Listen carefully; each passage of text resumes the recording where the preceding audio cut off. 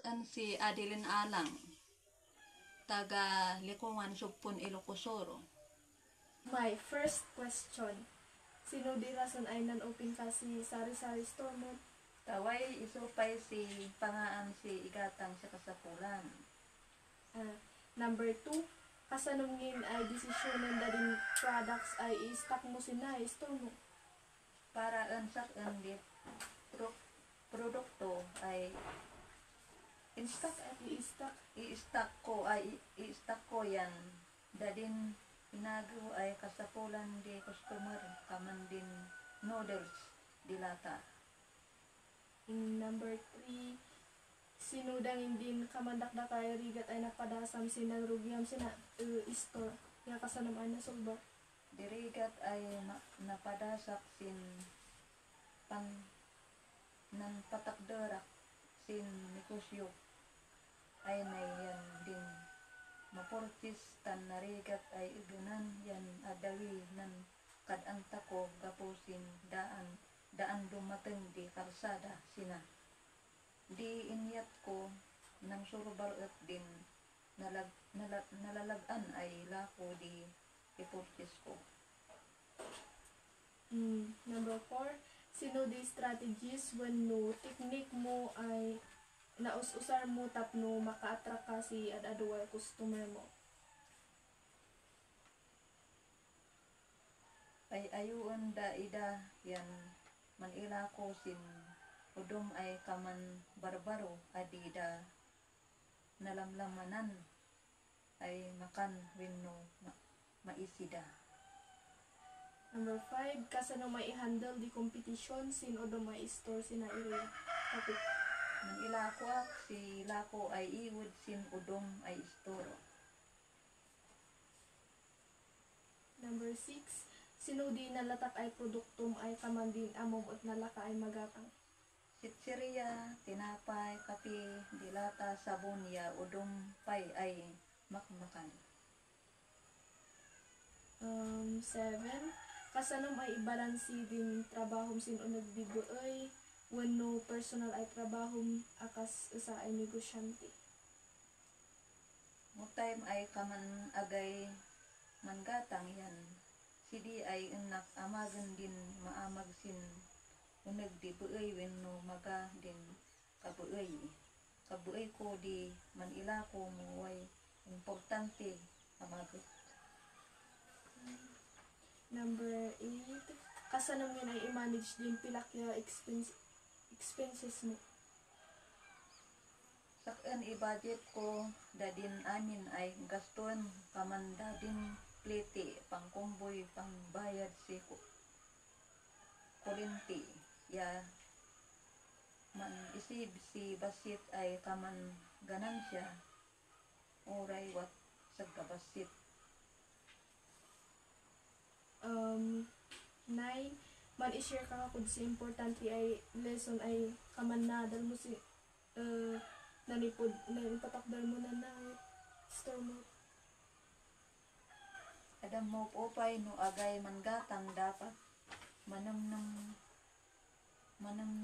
ka no kasanom ay maawis at di ad-ado ay customer. So lastly, sinong hindi advice mo sin kamanlay doon ay man rugi si sarili na ay store nang nangruna da din estudyante ay lay doon ay man negosyo. Palansak ang sinay di kaman maibagasin laydo na ay magnegosyo yan dapat way puunan oray basit lang ya dapat man desisyon ka mo sinod da din dapat ay ilakom. Additional question, sino di na business mo bayan ano ka? What is isan na? Partnership. So the type of her business is sole proprietorship. Kamangin manudinin kamom si say Domingo 1 week.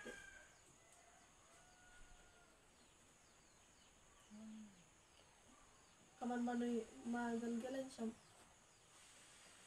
800. Baka minimum 800. Tapos sinudi kaman mayat ay ipadiwada ka partner mo sa negosyo. Kung wada iba kaman iba kasi tanong tayo partnership business kaman. Manugod. Managan. Managan si Karga. Sa karga. So nakdang din interview at magpasalamat kay auntie sin time mo 1 year ago. Salamat abang sa ka. My part 2 video, my reflection, and I learned a lot base sa mga nasagot ng aking interviewee sa ginanap namin na interview questions. And then, kahit paano, meron akong nalalaman konti base doon sa mga sagot niya. And then, para sa akin, maraming tips, maraming ideas kung paano ka magpatakbo ng negosyo. Lalong-lalo na kung hindi ka business mindset. And dapat, kapag nagnegosyo ka, dapat positive mindset and business mindset. Ganon. Para equal good result. And sa akin kasi, na-try ko din magbenta ng mga street foods dito sa amin. Sa amin is remote area. Malayo kami sa mga kalsada, kaya sa mga kagaya ng interviewee ko na sari-sari store, mahirap nga kasi maglalakad ka pa ng 2 hours and mahirap yung pagbiyahe ng mga purchased items. So nalaman ko base sa sagot niya, yung mga pinopurchase niyang products, yung mga yung mga mabababang kilo like chichirya, ganon. And most especially, kapag nasa ganito, dapat iniisip mo, yung ititinda mo is yung mga everyday needs ng mga tao na para hindi masyadong may stock at mag-expire. And then sa akin, natutunan ko din kung paano mag-manage ng pera. And base sa sagot ng interviewee ko, budget daw. So, kailangan ng transaction, iba-budget. Kailangan ng budgeting. Lahat ng mga transaction na yung mga utang, yung mga binibigay sa mga nagko-convoy ng mga purchased items, yung mga bayarin, expenses, ganon. And kailangan natin yung budget na yun. So, nagbibigay siya ng idea, tips, kung paano i-manage yung mga finances. So, para sa akin, pagdating sa pera, I think a little bit lang na kaya kong i-manage yun. Kasi nga, ako minsan kadalasan pala ako yung nagpo-purchase ng mga kailangan dito sa bahay. So, ako yung bumibili doon sa tindahan sa bayan. And then, ginagawa ko, nililista ko lang yung mga dapat kailangan and consider it as a budgeting. Kasi binabudget mo kung ano yung kailangan mo lang na amount para doon sa bibilhin mo. And then, gaya doon sa business, dapat yung kapag nag-purchase ka, kailangan ng list para doon sa mga items na ipopurchase mo. Para alam mo kung ilan ang pera na kailangan mo doon na sa pambayad mo. And then, para din po sa kaalaman mo ay